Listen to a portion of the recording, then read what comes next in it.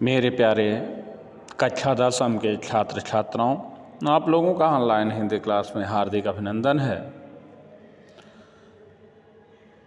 मेरे प्यारे बच्चों, मैंने इससे पहले आप लोगों को माता का अंचल का पाठ पढ़ाया था, जिसमें अभी कुछ बाकी रह गया था। उसके आगे मैं पढ़ाना आज शुरू करता हूँ।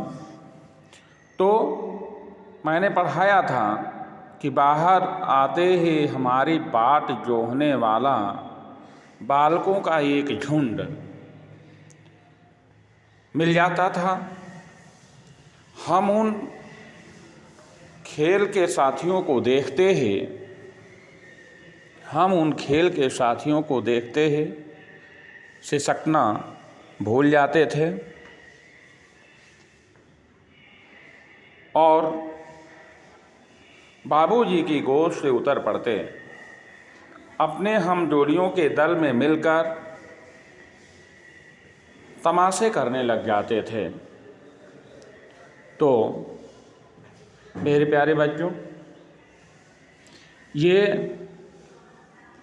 बच्चों की आदत ही होती है। मैंने बताया था कि वह क्षण मात्र में रोते हैं और क्षण मात्र में हंसने लगते हैं। तो नहलाते धुलाते, चोटी गूँथते, तेल लगाते समय बच्चे रोते हैं, लेकिन जैसे ही अपने साथ के बच्चों को खेलते हुए देखते हैं, वैसे वह सब भूल करके, रोना धोना भूल करके वह भी खेलने लगते थे। तमाशे भी ऐसे वैसे नहीं, तरह तरह के नाटक। कबूतरों का एक कोना ही नाटक घर बनता था। बाबूजी जिस छोटी चौकी पर बैठकर नहाते थे, वही रंगमंच माने नाटक करने का जो प्लेटफार्म होता है, मंच होता है, स्टेज जिसे कहते हैं। फिर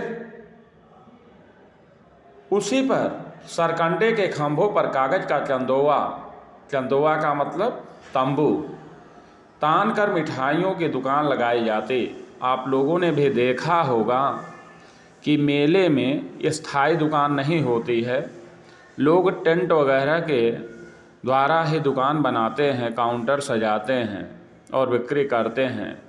उसी तरह से बच्चे भी क्या कर रहे हैं, सरकंडे के खंभों पर कागज का चंदोवा तान कर मिठाइयों की दुकान लगाई जाती।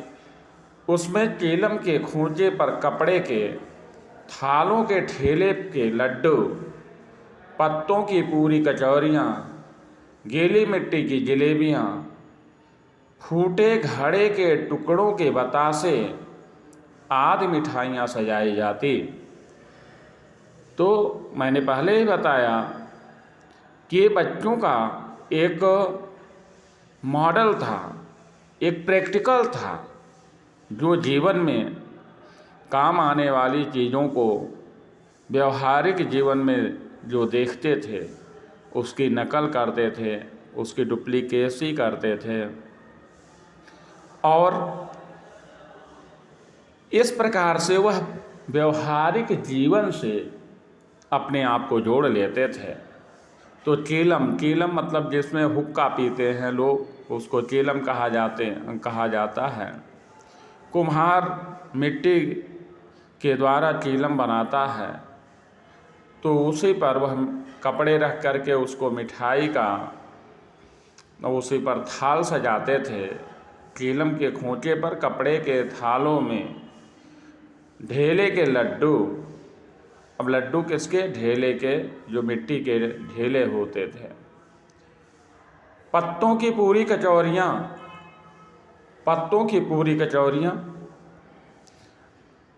पूरी कचौड़ी पत्तों को तोड़ तोड़ करके बनाते थे। गीली मिट्टी की जलेबी भी होती थी, लेकिन वह गीली मिट्टी से बनाई जाती थी। फूटे घड़े के टुकड़ों के बतासे किसके होते थे, फूटे घड़ों के टुकड़े जो होते थे, घड़ा का मतलब गागर जो मिट्टी के गगरे होते थे उसके टुकड़े क्या बनते थे, बतासे बनते थे।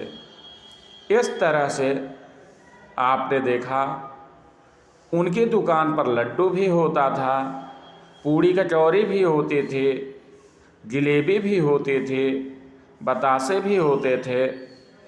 कहने का तात्पर्य है कि आज से सैकड़ों वर्ष पहले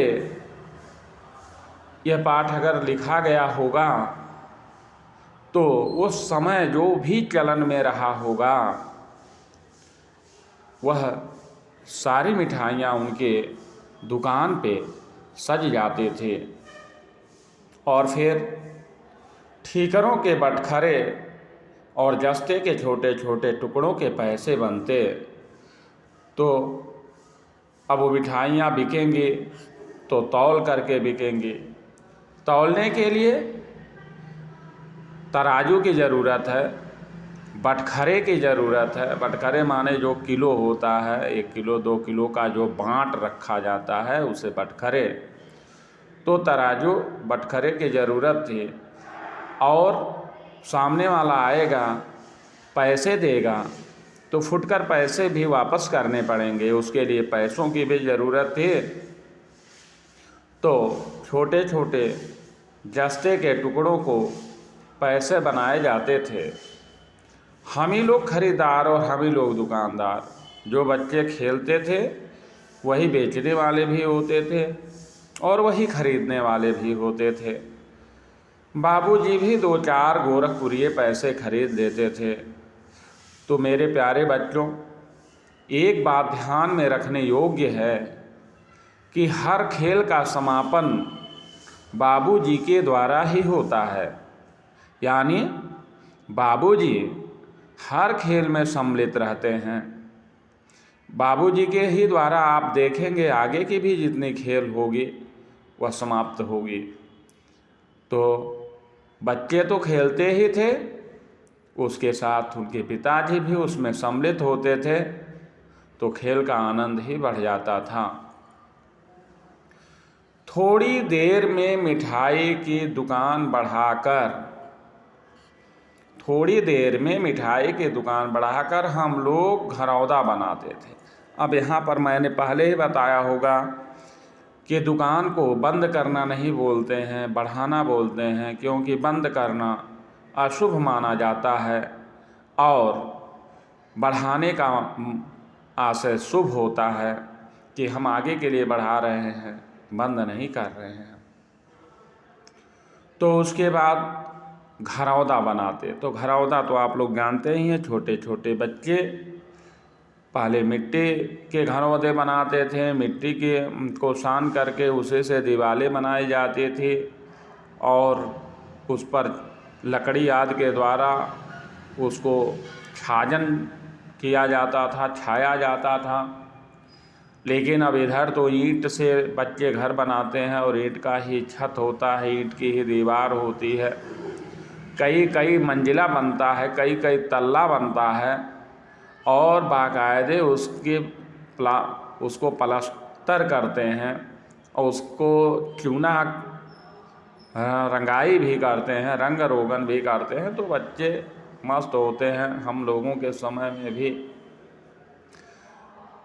घर बनता था, घर में भोजन बनता था। भोजन बना करके लोगों को खाने के लिए आमंत्रित किया जाता था, लोग खाते थे।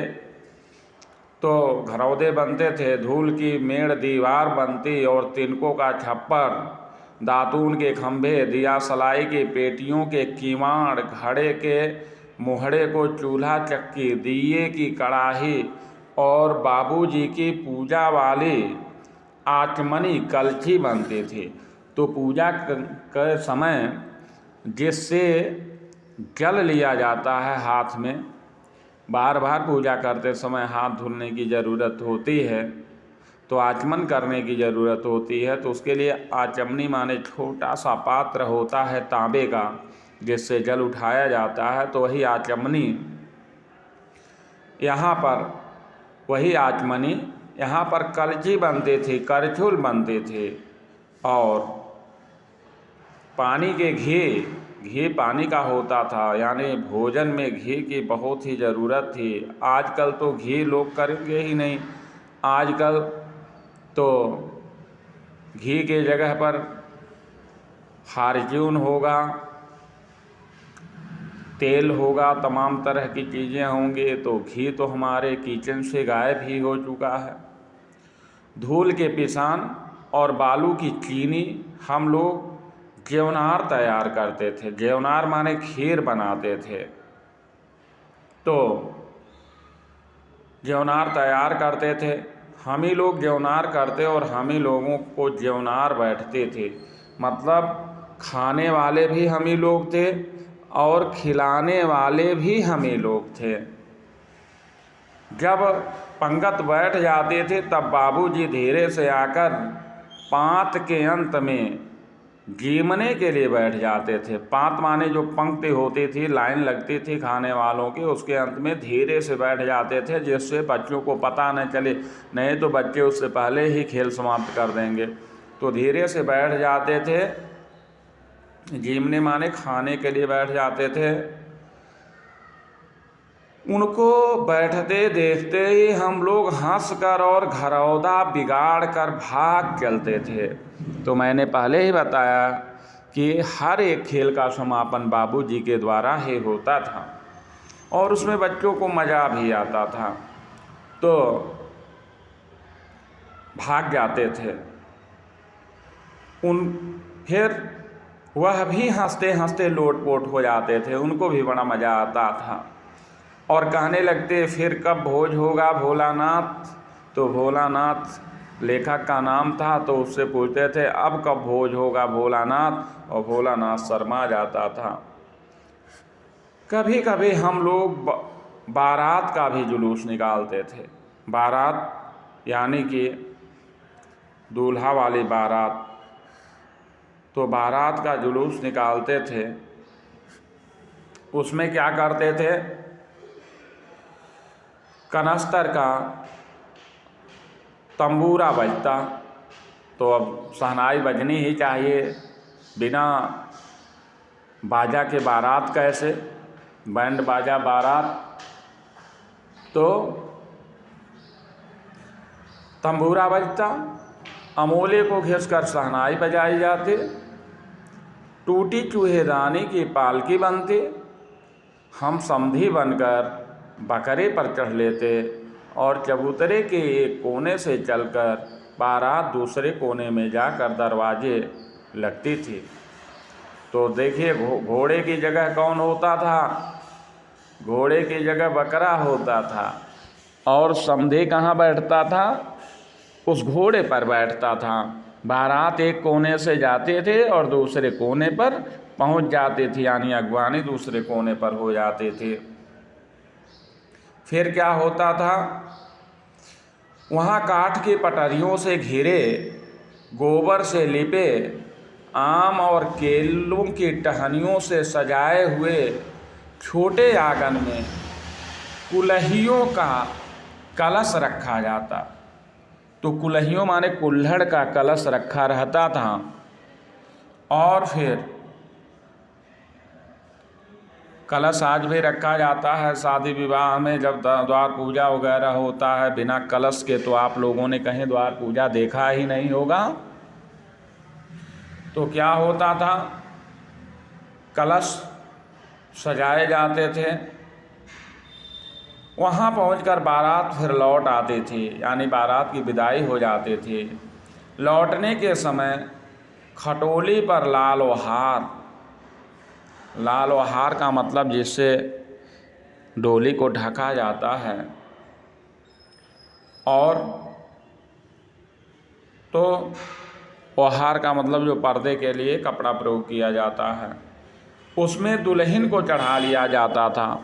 तो अब बारात वापस आते थे तो दुल्हन तो होनी ही चाहिए, तो उसमें दुल्हन को चढ़ा लेते थे। और क्या करते थे, लौट आने पर बाबूजी ज्यों ही उहार उहार कर दुल्हन का मुख निहारने लगते, त्यों ही हम लोग हंसकर भाग जाते। तो मेरे प्यारे बच्चों, आपने देखा कि इस खेल का भी समापन बाबूजी के ही द्वारा होता है, यानी हर खेल में बाबूजी सहभागी रहते हैं। थोड़ी देर बाद फिर लड़कों की मंडली जुट जाती। इकट्ठा होते ही हम राय जमती की खेती की जाए। तो क्या हो गया, व्यापार हो गया, व्यापार में दुकानें सजी, फिर उसके बाद बारात हुई, ये घर गृहस्थी की बात हुई। और गृहस्थी के बाद अगर खेती नहीं हुई तो कैसे जीवन पूरा होगा। तो देखिए, व्यापार, गृहस्थ से और फिर खेती, तो खेती की जाए।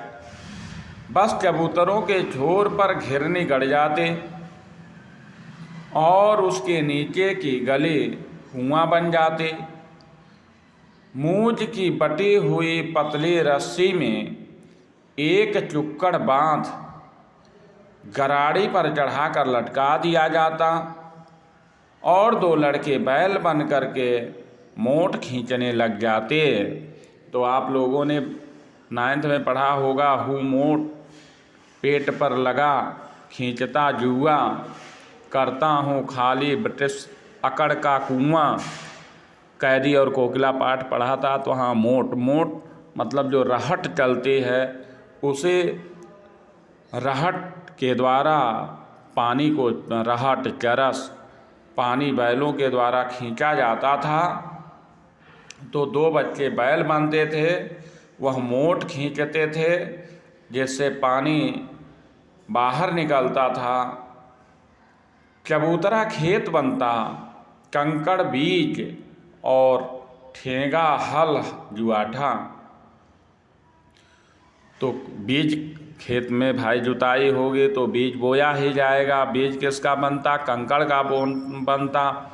और बैलों को जुआठा जो उनके गले में डाल करके जिसमें हल नाधा जाता था, उसके लिए जुआठा, तो ठेंगा जुआठा बनता।